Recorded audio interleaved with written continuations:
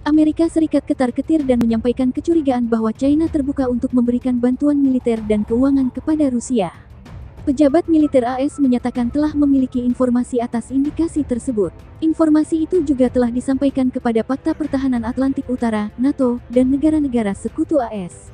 Namun, belum jelas apakah bantuan tersebut benar-benar akan diberikan China kepada Rusia. Dalam pertemuan antara perwakilan AS dan China di Roma, Washington mengingatkan Beijing akan konsekuensi serius jika negara komunis itu membantu Rusia. China sendiri disebut-sebut masih berhati-hati dengan konsekuensi sanksi ekonomi jika membantu Rusia secara penuh.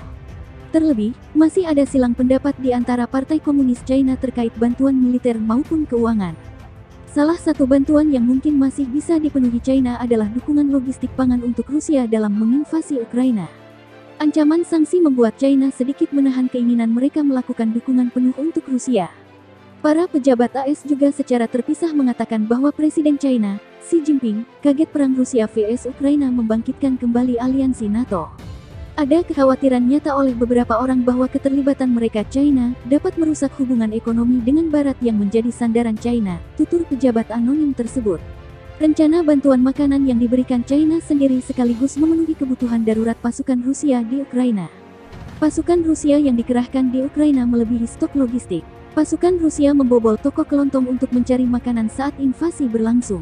Bantuan makanan ke Rusia pun dianggap paling aman bagi China untuk menghindari sanksi dari AS dan negara-negara Barat. Penasihat Keamanan Nasional AS Jake Sullivan bertemu diplomat senior China Yang Jiechi di Roma. Pertemuan itu disebut membahas isu-isu substansial tentang invasi Rusia ke Ukraina. Kami memiliki kekhawatiran mendalam mengenai keselarasan China dengan Rusia, kata salah satu pejabat senior AS mengenai pertemuan itu. Namun, juru bicara Departemen Luar Negeri Ned Price dalam kesempatan berbeda menggarisbawahi China yang sesungguhnya bisa memberikan pengaruh kepada Presiden Rusia Vladimir Putin untuk menghentikan perang dengan Ukraina.